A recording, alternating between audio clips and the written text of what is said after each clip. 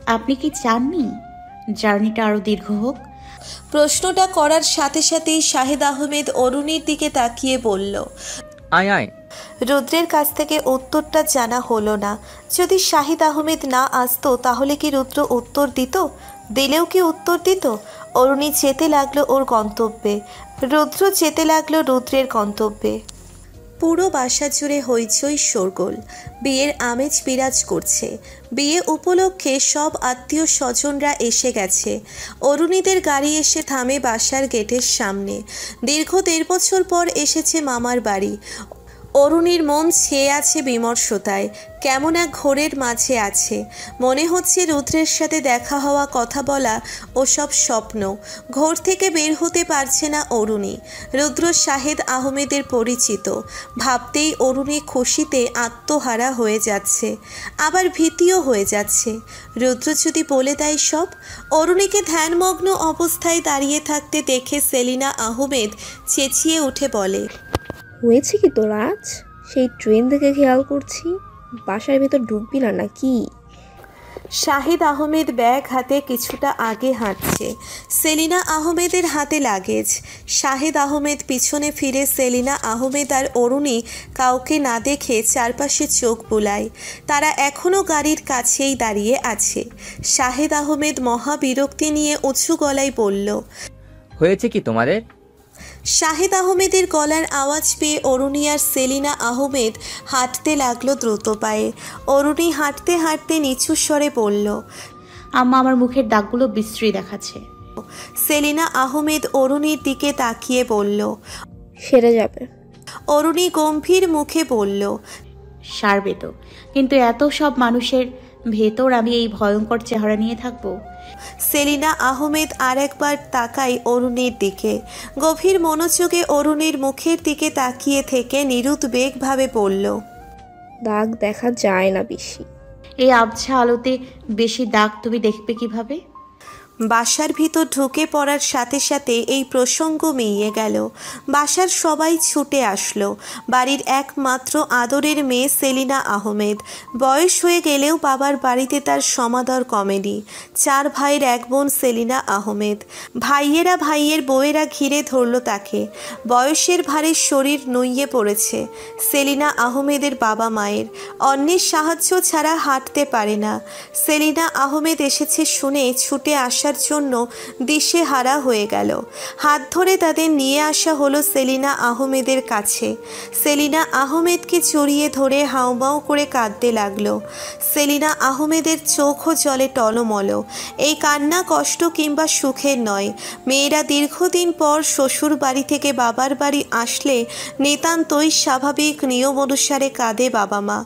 অরুণী ওখানে না দাঁড়িয়ে চলে গেল নিম্মির রুমে। নিম্মির কানের কাছে ফোন। অরুণীকে দেখে ফোনে কথা বলা অবস্থায় হাসল। ফোনের ওপাশের মানুষটাকে বলল, পরে ফোন দিচ্ছি। লাইন কেটে নিম্মি আমোদে চিত্তে জড়িয়ে ধরল অরুণীকে। বলল, কখন এসেছিস? ফুপু আম্মা কোথায়? এই তো এসেই তোমার রুমে আসলাম। তোমার ফুপু আম্মা ড্রয়িং রুমে। নিম্মি অরুণীকে আলিঙ্গন থেকে মুক্ত করে ওর দিকে তাকিয়ে ভূত দেখার মতো চমকে চেঁচিয়ে উঠে বলল, হ্যাঁ রে রুদ্ধ, তোর মুখের কি অবস্থা? আরে আরে কি হয়েছে? অ্যাক্সিডেন্ট করেছি। ইস রে, কি অবস্থা! অরুণীর মুখের দুরবস্থা নিয়ে কিছুক্ষণ দুঃখ প্রকাশ করল নিম্মি। অরুণী খাটে বসে পা দুটো দোলাতে দোলাতে বলল, আপা একটা কাজ করা। আপা কি অদ্ভুত ব্যাপার, সাইমা, সুস্মিতা, শুভ্রা কাউকেই দেখছি না। আমি এসছি অথচ আমার কাছে একবার আসলো না। আরে ওরা সবাই সাদে, ওরা কি জানে তোরা এসেছিস? ওরা তো সারা বিকেল তোর নাম জপলো। রূপাপা কখন আসবে? রূপাপা আসলে আরও মজা হবে। হয়েছে, থামো থামো। নিম্মি থেমে অরুণীর গালের দাগে আলতো স্পর্শ করে বলল, কি বাজে অবস্থা!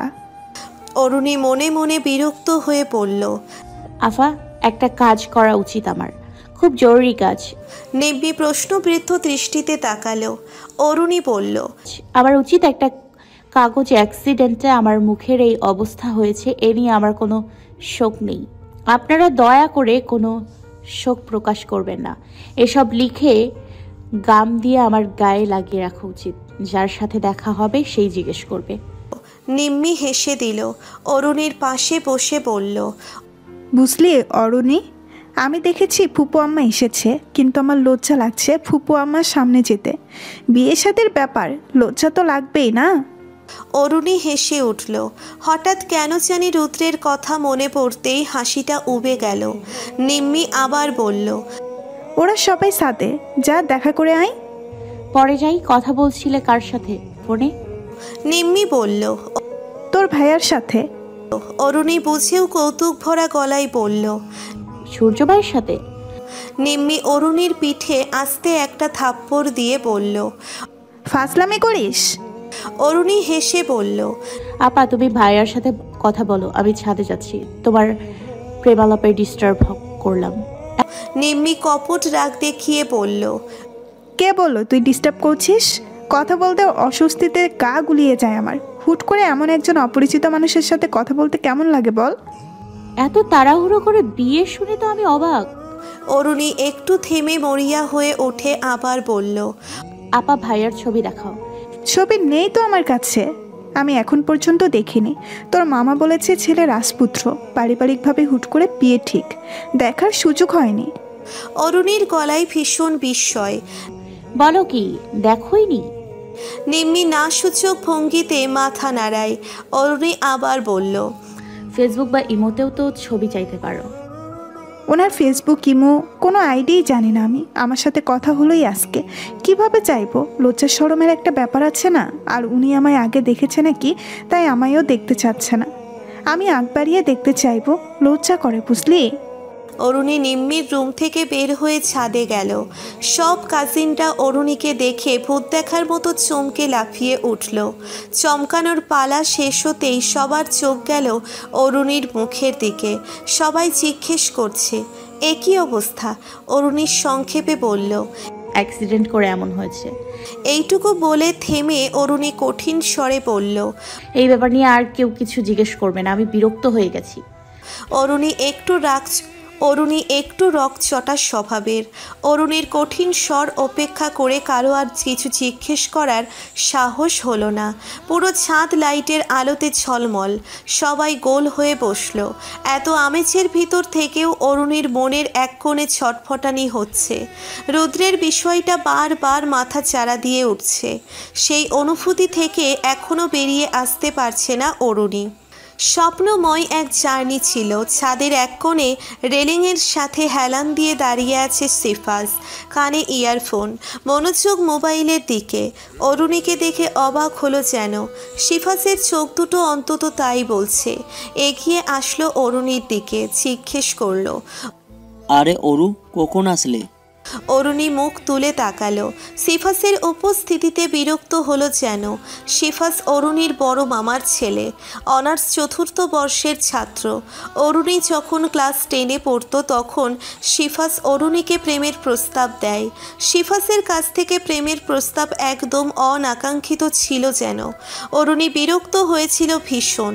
সেই থেকে সিফাসের উপস্থিতি অরুণীর বিরক্তির কারণ হয়ে ওঠে, সাথে অস্বস্তির। অরুণী নড়ে চড়ে বসে বলল, ঘন্টা 2 হলো। কেমন আছো? মুখের এই অবস্থা কেন? অরুণী নাক মুখ ঘুচিয়ে ফেলল। সাইমা সুস্মিতা ওদের দিকে তাকিয়ে বলল, আমি নিচে যাচ্ছি, ক্লান্ত লাগছে খুব, একটু তাড়াতাড়ি ঘুমাবো। সিফাস তাকিয়ে তাকিয়ে দেখছে অরুণীর চলে যাওয়া। দাঁত দিয়ে নিচের ঠোঁট কামড়ে রেখে কয়েক মুহূর্ত পর সাইমার দিকে তাকিয়ে সিফাস বলল, দেখলে কি ভাবটাই না নিল। অরুণীর ঘুমানোর জায়গা ঠিক হলো নিম্মির রুমে। ঘুমাতে ঘুমাতে অনেক রাত হয়ে গেল। অরুণীর ঘুম আসছে না, চোখে ঘুম নেই। রুদ্রের সাথে এভাবে দেখা হয়ে যাওয়ার ব্যাপারটাই বারবার রোমাঞ্চিত হচ্ছে। অরুণীর মস্তিষ্ক রুদ্র নামক অনুভূতি দ্বারা গ্রাসিত হচ্ছে। এসব চিন্তা ভাবনায় রাতে আর ঘুম হলো না ভালো। ভোর রাত থেকে চিৎকার চেঁচামেচি শুরু। এত চিৎকার চেঁচামেচিতে ঘুমিয়ে থাকার জো নেই। ঘুম না হওয়ার ফলস্বরূপ চোখ লাল হয়ে আছে। জোর করে ঘুমানোর চেষ্টা করলেও ঘুম আসছে না। শেষে বাধ্য হয়ে বিছানা ছাড়তে হলো। দুপুরের দিকে অরুণী দ্বিধাভরা মনে গেল শাহিদ আহমেদের কাছে। শাহিদ আহমেদকে কি ফোন দিয়েছে রুদ্র?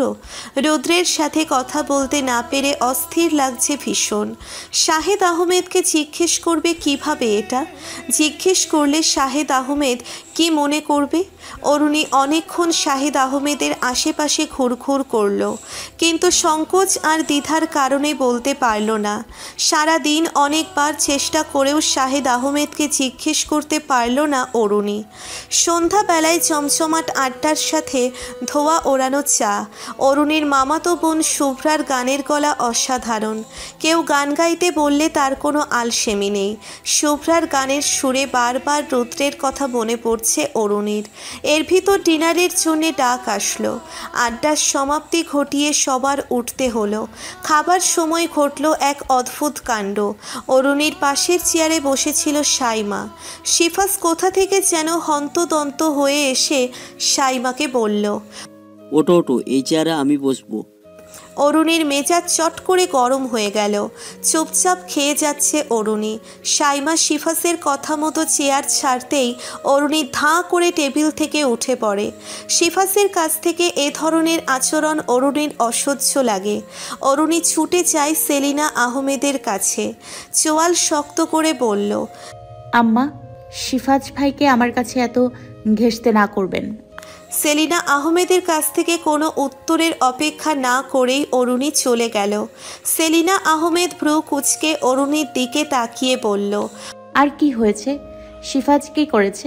অরুণী ততক্ষণে চলে গেছে। রাতে ঘুমানোর উদ্দেশ্যে অরুণী নিম্মির রুমে গেল। নিম্মি বারান্দায় দাঁড়িয়ে ফোনে কথা বলছে। নিম্মি অরুণীর উপস্থিতি টের পেয়ে পিছনে ফিরে তাকায়। নিম্মিকে ফোনে কথা বলতে দেখে অরুণী রুম থেকে বের হতে উদ্যত হলে নিম্মি অরুণীকে ডাক দিল।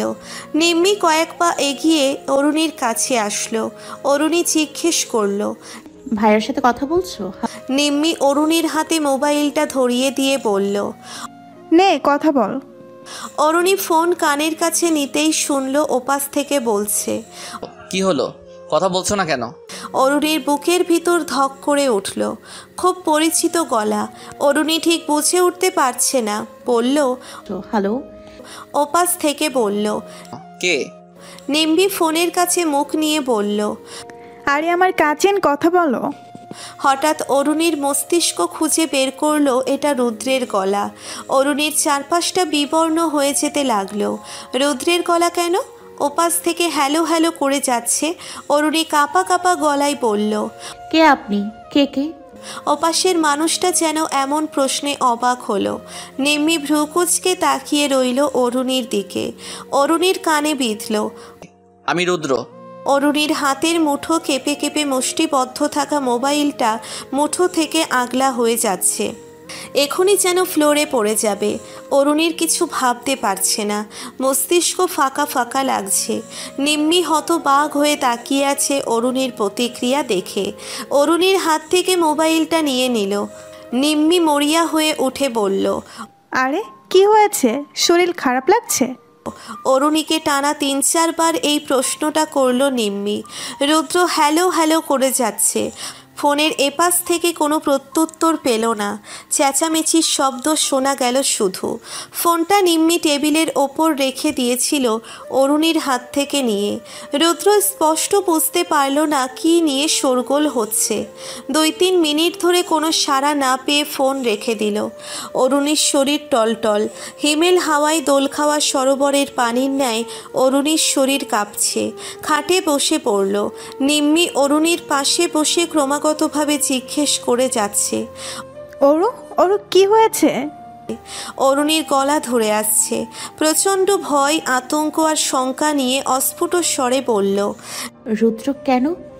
নিম্মি অরুণীর দিকে বিস্মিত দৃষ্টি ছুড়ে ভ্রু কুঁচকে বলল, হ্যাঁ রুদ্র, তো কি হয়েছে?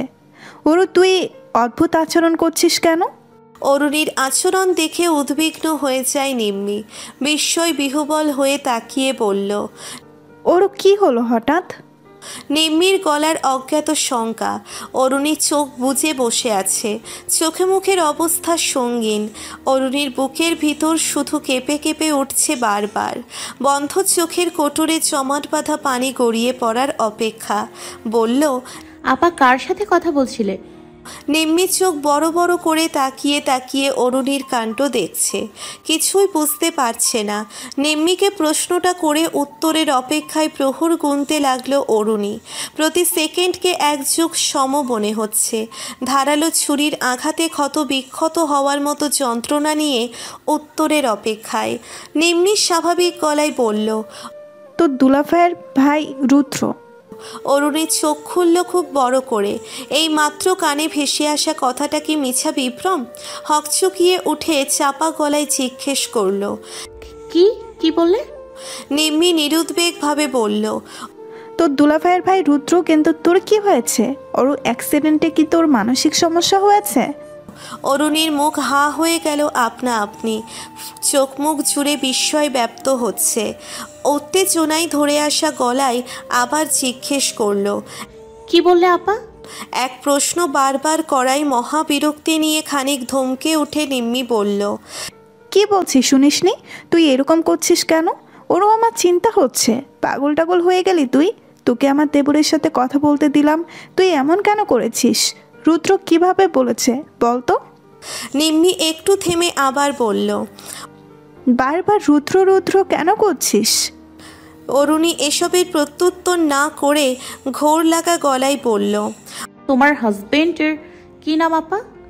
অরুণীর হাবভাব বুঝতে না পেরে কপাল ভাঁজ করে নিম্মি বলল, তানভীর আকন।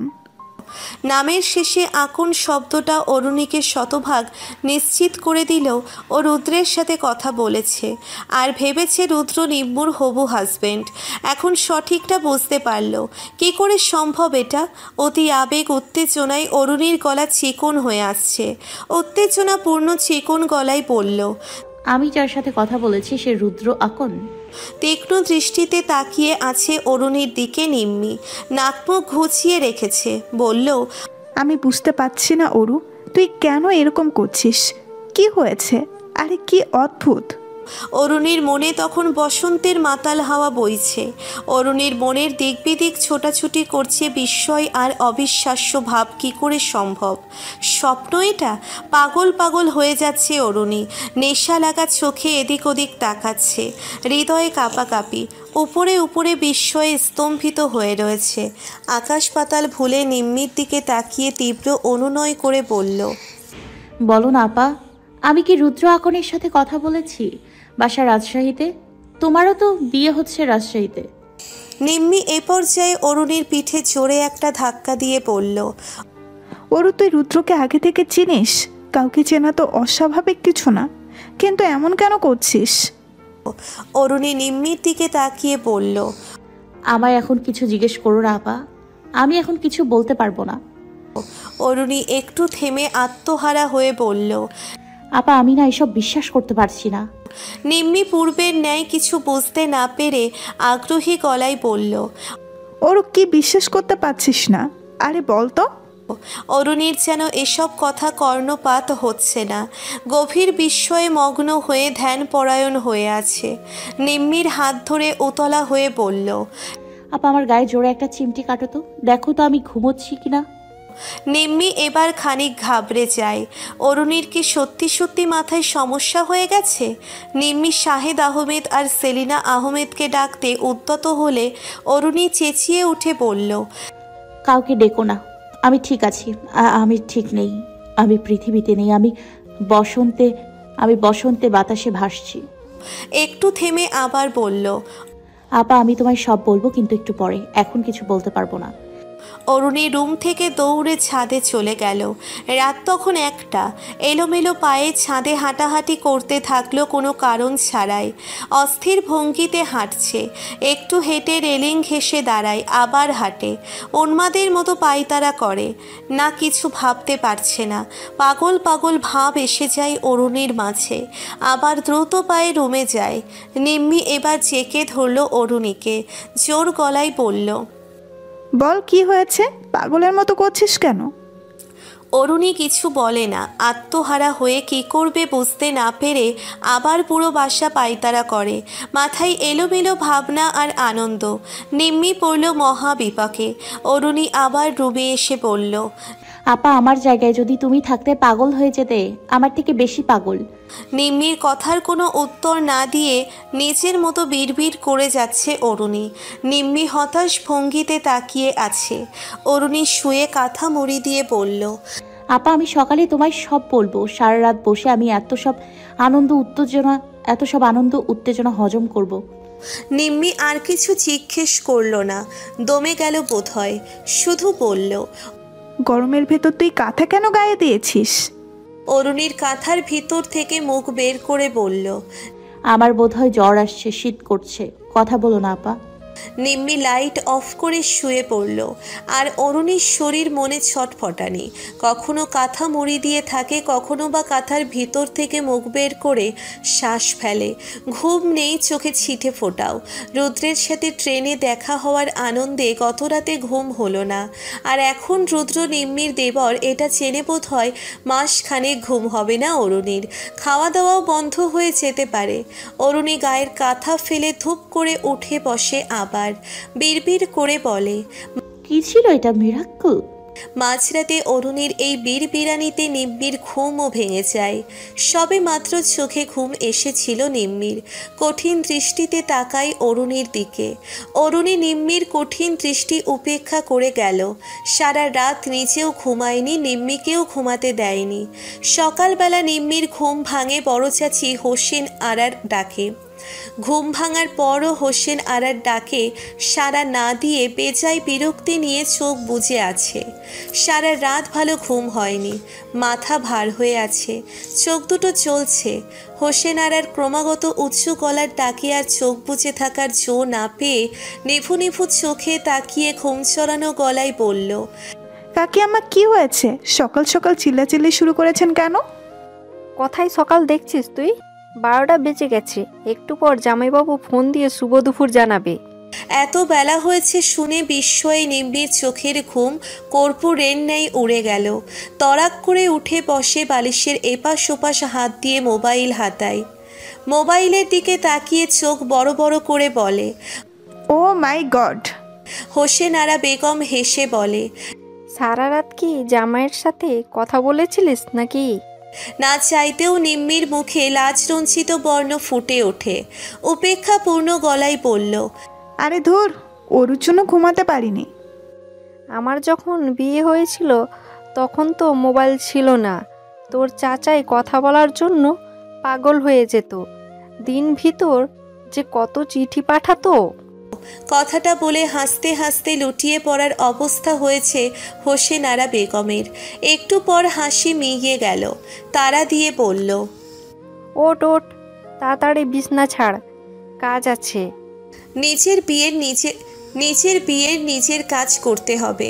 মনে মনে বোধহয় দুঃখ পেল নিম্মি। হোসেন আরা বেগম খুব জরুরি গলায় তাড়া দিয়ে চলে যায়। অরুণী এখনও ঘুমোচ্ছে। নিম্মি অরুণীর দিকে বিরক্তিকর দৃষ্টি ছুঁড়ে দিল। রাতে হঠাৎ করে ভূতে পেয়েছিল নাকি কে জানে। এই কাঠফাটা গরমে এখনও কাঁথা গায়ে শুয়ে আছে অরুণী। নিম্মি অরুণীর গায়ের কাঁথাটা সরিয়ে দেওয়ার সময় দেখল শরীর জ্বরে পুড়ে যাচ্ছে। নিম্মি চমকে গিয়ে অরুণীর গায়ে মৃদু ধাক্কা দিয়ে ডাকল, ওরু ওরু। নিম্মি থেমে অরুণীর মাথায় হাত দিয়ে দেখল আবার। ইস, ভীষণ জ্বর। নিম্মির ডাকে ঘুম ভাঙে অরুণীর। ঘুম ভাঙার পর আবিষ্কার করে গায়ে প্রচণ্ড জ্বর ওর। জ্বরে কাঁপাকাঁপি অবস্থা, মুখটা পাণ্ডুবর্ণ হয়ে আছে। ঘুম ভাঙার পর নতুন করে রুদ্রের কথা মনে পড়তেই প্রচণ্ডভাবে বুকের ভিতর তোলপাড় শুরু হয়। কালকে রাতের ঘটনার রেস ধরেই যে জ্বর এসেছে নিম্মি সেটা বুঝতে পারছে। কিন্তু রাতে হঠাৎ কি হয়েছিল? রাতে কি হয়েছে বল এবার? জ্বর এসে গেছে? কি আশ্চর্য ব্যাপার! বিয়ে শাদীর ভেতর জ্বর, আনন্দ করবি কিভাবে? অরুণী গায়ের কাঁথা ফেলে খাটে হেলান দিয়ে বসে বলল, জ্বর তো আনন্দেই এসছে। পাগলের মতো যা তা বলিস না তো ওরু। ফকির ধরে ঝাড় ফোঁতে পেতনি ভর করেছে তোর উপর।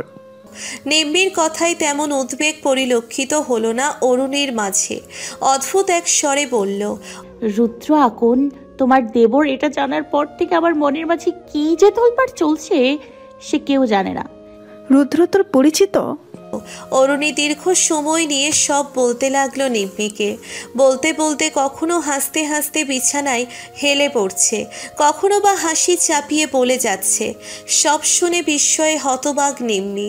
কয়েক মিনিট যাবৎ চুপ করে থেকে ভারী গলায় বলল, ছি অরু, এসব কি? মাথা ঠিক আছে তোর? তুই কেন একটা ছেলের জন্য এমন করবি?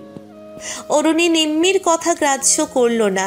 নিম্মি ফের ঠোঁট উল্টে বলল, তোর কি কোনো দিক থেকে কমতে আছে নাকি? এত সব কাণ্ড করলি একটা ছেলের জন্য? প্রচণ্ড আশ্চর্যান্বিত আর চমকিত গলা নিম্মির। অরুণী গায়ে মাখল না এসব। এলোমেলো রোমাঞ্চকর অনুভূতিতে মাখামাখি অরুণীর মন। ব্যাপারটা যত ভাবে ততই অনুভূতিগুলো গাঢ় হয়। নিম্মিকে অনেকক্ষণ আগে ডেকে গেছে হোসেনারা। নিম্মির দেখা না পেয়ে আবার এসেছে ডাকতে। নিম্মির মাথায় তখন অরুণীর অদ্ভুত কাণ্ডগুলো বিস্ময় হয়ে বিচরণ করছে। বলল, আসছি আসছি, 2 মিনিট, ফ্রেশ হব। হোসেনারা বেগম যেতেই অরুণী বলল, আপা, বিষয়টা কিন্তু আর কারোর কাছে বলিনি। সাইমা, শুভ্রা, কারোর কাছে না। সূর্য দাদা কিংবা আব্বা আম্মা জানলে যে কি হবে তা তো তুমি জানো। আর রুদ্রের কাছে বলবে না, আমি চমকে দিব তারে। নিম্মি কোনো প্রত্যুত্তর করল না। অরুণী আবার বলল, রুদ্রের সাথে অনেক দিন ধরে কথা বলতে পারছি না, ফোন নাম্বারটা একটু দাও। নিম্মি গম্ভীর গলায় বলল, ফোন নাম্বার নেই আমার কাছে।